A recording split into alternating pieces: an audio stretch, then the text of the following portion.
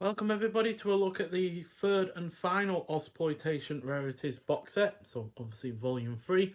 And yeah, as per usual, we'll look at each of the films first and their extras separately, and then we'll look at the hard box and the physical extras that come with this release as well.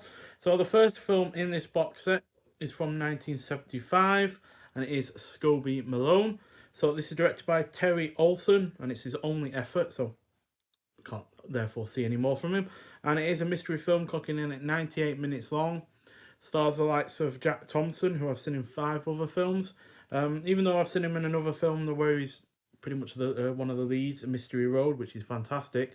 He's usually popped up as either a minor supporting character or a supporting character in other more varied films like Broken Arrow and Star Wars Episode 2 Attack of the Clones. Also stars Judy Morris, who was in Razorback, and finally Noel Ferreira, who was in the likes of Death Cheaters and Turkey Shoot, another pair of Australian films that are pretty good. So this is about Sydney homicide detective Sergeant Scobie Malone and his offsider investigating the murder of Helga, whose corpse is found in the basement of the Sydney Opera House. So apparently this is one of the first films to actually use the Sydney Opera House in a great a deal of its scenes, because it had only opened 2 years prior to this film's release. And this is a predominantly engaging film that is only really let down by the fact that there's some misogyny, excessive amounts of womanizing to the extent that even James Bond would get jealous, and a lack of action. That said, the cast is decent, the pacing is on point, the police procedural element is convincingly executed, there are a couple of effective violent moments, and the score and soundtrack, even though cheesy, is memorable. So it's a decent enough effort, but by no means a great one. And gets 3 out of 5. And in terms of extras on the disc, which I'll show you first,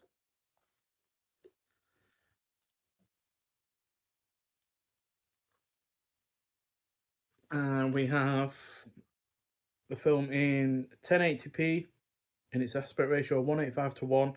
It's region free, you've got English subtitles, you've got 2.0 DTS HDMA English soundtrack. And in terms of extras, you've got audio commentary by screenwriters Stephen Vag and Justin King, Murder at the Opera House, an interview with producer and Scobie script supervisor Sue McKellen, or Milliken. And then you got Not Quite Hollywood, extended interviews with actors Jack Thompson, Judy Morris, and Victoria Anu. Archival John Cleary interview conducted screenwriter Stephen Vag. The Carmakers, short narrative documentary by Terry Olsen, Jack Thompson, Aussie trailer reel, and the High Commissioner trailer as well. So yeah, it's a decent film, 3 out of 5. Certainly not the worst that these box sets have had to offer, but neither is it the best. And secondly, from 1983, we have Goodbye Paradise. So this is directed by Carl Schultz, who again, I'm not seeing anything else from before. Neo-noir thriller, clocking in at 122 minutes long, so comfortably the longest film of any of these ones in these box sets. Stars likes of Ray Barrett, who was in the likes of Heaven's Burning, as well as a couple of more horror-orientated films from the UK, like The Reptile and Jigsaw. Also stars Robin Nevin, who had a minor role in the second and third Matrix films, and she was also great in the likes of Relic and Sting. So disgraced former cop Michael Stacey lives on Queensland's Gold Coast and is writing a book exposing police corruption. He then conducts an investigation resulting in 2 murders, exposes a religious cult, and watches the army begin a military coup. So this is quite frankly a really rather odd effort that feels like a film noir, but Australian and in the 80s. That said, despite its weird amalgamation of elements, the excessive use of voiceover narration, and it being a little on the long side, I did ultimately find this to be an engrossing film. Ray Barrett is good in the lead role. There is some solid action, especially in the final act. So Scobie Malone had a 300,000 Australian dollar budget, which is obviously not all that much. This had a 1.1 million dollar Australian dollar budget. So yeah, that's obviously substantially more, and therefore there is a lot more action and production value to this film, especially in the final act where there's this military coup and opposition, and the opposition to that coup going on, and yeah, there's buildings exploding, there's helicopters flying through the air, lots of people getting shot and such. So it's all really good, but there is a decent amount of action in other areas of the film as well. The production is on point, especially when it does come to that final action scene, because it is quite impressive for a film that is, even though high budgeted than Scobie Malone, is still far lower budgeted than other films from the same period. It is well shot, has some funny moments, and the score is decent. So yeah, that actually gets a 3.5 out of 5. Just because it's less problematic than the previous film, while also just being more action orientated and a little bit more out there in terms of what it's trying to do. Where Scobie Malone is a bit more conventional for a film of that type. It's very much like a lot of other 70s films that have a detective in the lead role. But there's a disc for Goodbye Paradise. And yeah, again, 1080p, 185 to 1 aspect ratio. Again, we have 2.0 mono, dual mono English audio, so not quite as high quality as the previous one. English subtitles, region free, and in terms of extras, not as many on this one. You've got audio commentary with producer Jane Scott, cinematographer John Seal, and screenwriter Denny Lawrence, moderated by Stephen Vagg. Tandem Dangerous, an interview with actor Grant Dodwell. Paradise in Peril, an interview with director Carl Schultz. Stills Gallery, and Goodbye Paradise TV spot. So, yeah, not as many extras there, like I said, for that was for Scobie Malone, but yeah, still a decent amount of extras regardless of there. And last but not least, we have from 1985, The Empty Beach. This is directed by Chris Thompson, who again, I'm not seen anything else from before, but he was notable for directing several of the young Indiana Jones films from the 90s.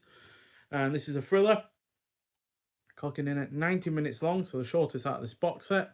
But it does star the likes of Brian Brown, who I've seen in several films, the likes of the FX and FX2 films, as well as Sweet Country and Money Movers. You also got Anna Maria Monticelli, who was in Smash Palace. And finally, you've got returning actors from previous films, either in this box set or prior box sets in the Ozploitation series. So we've got, again, Ray Barrett, who was in the previous film, Peter Collingwood, who was in Crosstalk, and Kerry Mack, who was the lead role in Desolation Angels.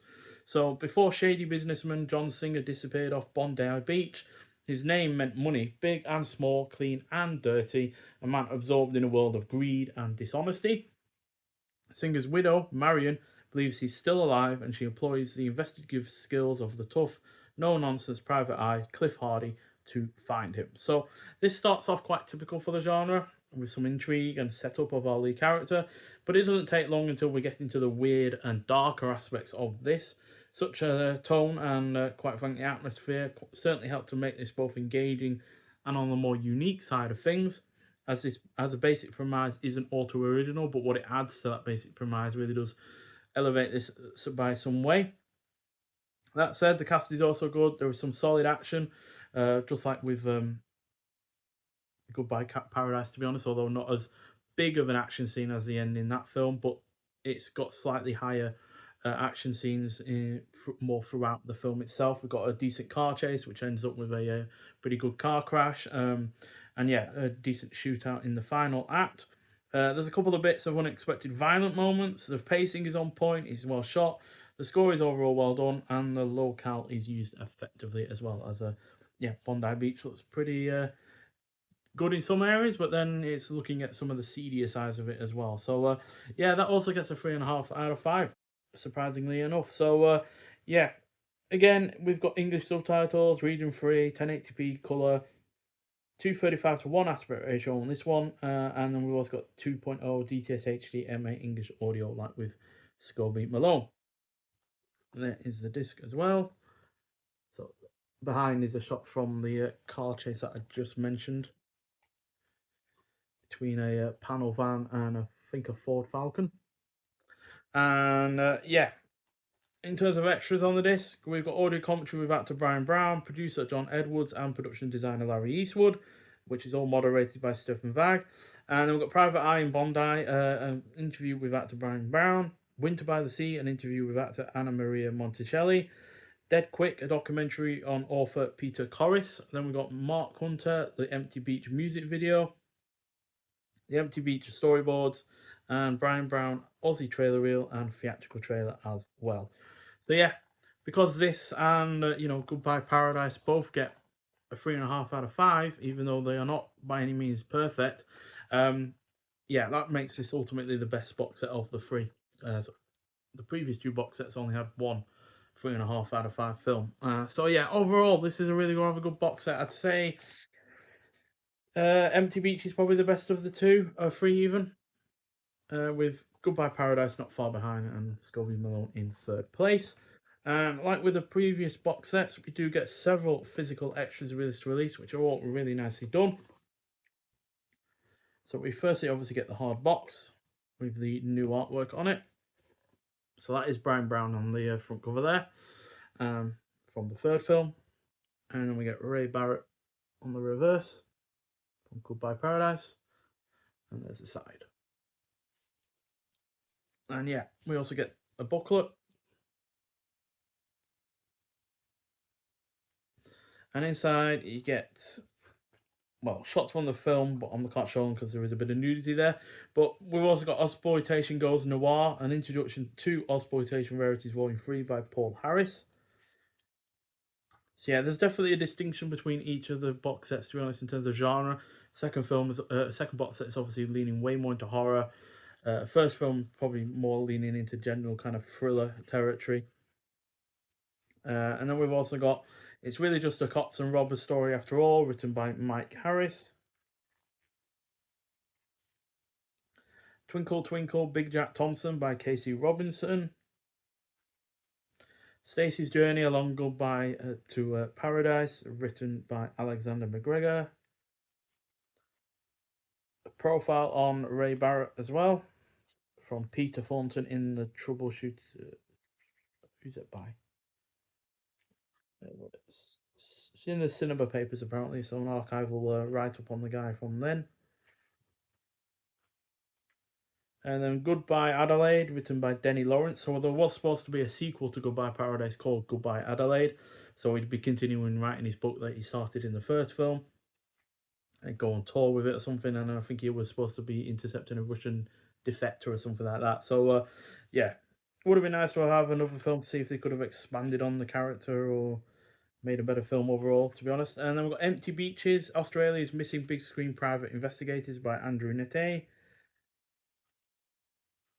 So there's an alternative for the film itself.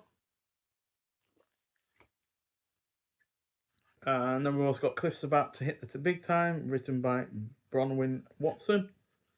So a lot of write-ups on here. And then we've got Life of Brian.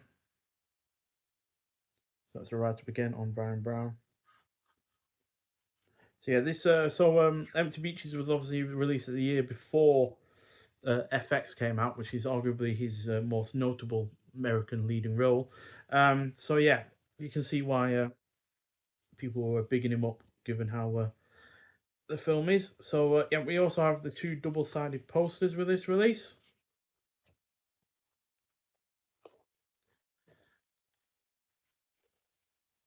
So we've got the new artwork that we've seen already on the hard box. Then we've got Goodbye Paradise.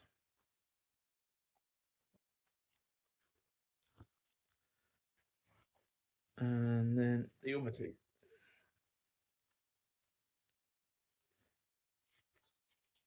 So Scobie Malone. And then the Empty Beach. And finally, we have the art cards that we've seen before in other releases. So kind of an excerpt from a magazine there by the looks of things.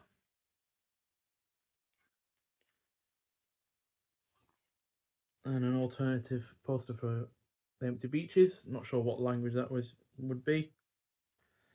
And then Goodbye Paradise alternative poster. A blank version of Empty Beach. That alternative on Empty Beach poster we saw in the booklet. Alternative poster for Goodbye Paradise. Again for Scobie Malone. And a Japanese version, I think by the looks of it, a version of Goodbye Paradise as well. It's pretty cool. I like the pink border on that one. So yeah, overall another solid box set from the Ozploitation Rarities series. So yeah, I'm not sure if they're going to do a fourth one of these. Not sure entirely what kind of genre they could delve into with that one, but still, I really rather enjoyed going through all three of these box sets. No, none of the films are perfect by any means. I could perhaps have been a bit more harsh on certain films with some of their flaws, but on the whole, I just really enjoyed going through these 9 films and seeing what Australian cinema has to offer up outside of the mainstream kind of efforts that we've talked about a million times before. So yeah, I've overall really enjoyed these. Definitely going to keep a hold of all of them as well because yeah, they've all been enjoyable in some regard. We've all got something to offer in as well. And at the end of the day, Goodbye Paradise, Empty Beach, Desolation Angels, and Lady Stay Dead, I think it was. Have all got on a good solid 3.5 out of 5. So on the whole, 5 out of 9 isn't a bad rate amount. No, 4 out of 9 isn't an awful hit ratio, to be honest, in terms of films. And at the end of the day, all the others have still got a 3 out of 5 as well. So you know, overall, a solid series of films to go through. And yeah, on the whole, been really rather enjoyable and kind of interesting as well. It's also been nice to see certain actors that I've seen in other films in Australia, in these like more lower budgeted Australian films as well. Because obviously I've seen Brian Brown and stuff before, like Sir Ray Barrett as well. So yeah, it's been nice to see them in something a bit different to but I've seen them in loads of times beforehand. So yeah, but nonetheless, thank you for watching. If you've seen any of these films in this box set before, I'd like to hear your thoughts on them, and I'll see you in the next one. Bye.